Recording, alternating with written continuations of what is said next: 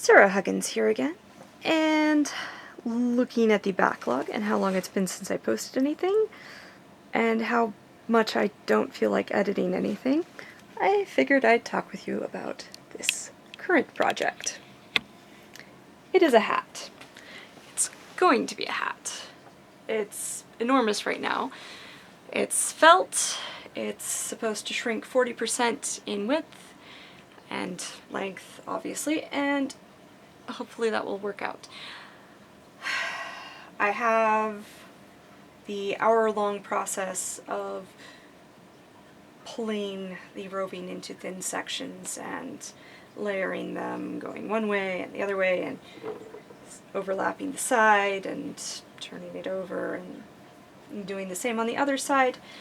And I wanted to talk about what went awry and how I'm hoping to fix it. So as you can see, there are these sections which are not entirely felted. I mean, this part is not going to pull out too hard because I do want it to stick together, but I came up with some thin spots. There's almost no wool there.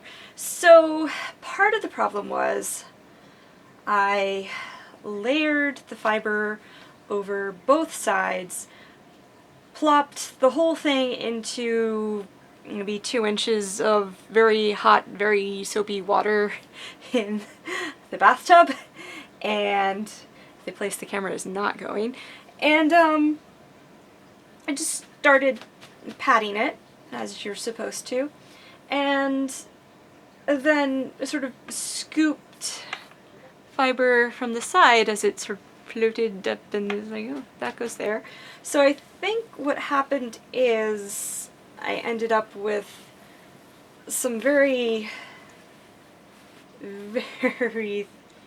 thick spots where I put more fiber there than was supposed to be there, and some very thin spots where the fiber shifted from, and then these patches are actually my attempt to ameliorate that by just sort of self-patching.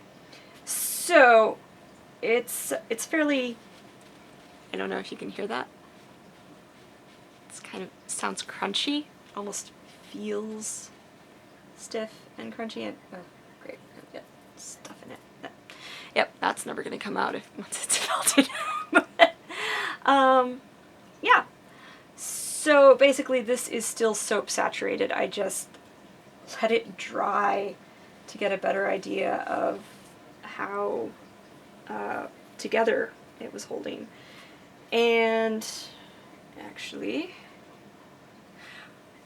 basically once the patches adhere to the spots I want them to adhere to, the bottom edge will get cut, the white foam that is keeping the two pieces from intermeshing gets removed, and then I just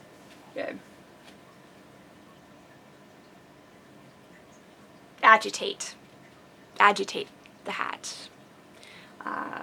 Pressure shocking between cold water and hot water, and basically everything you're not supposed to do to nice woolen things that you don't want to shrink. So let's see how that goes.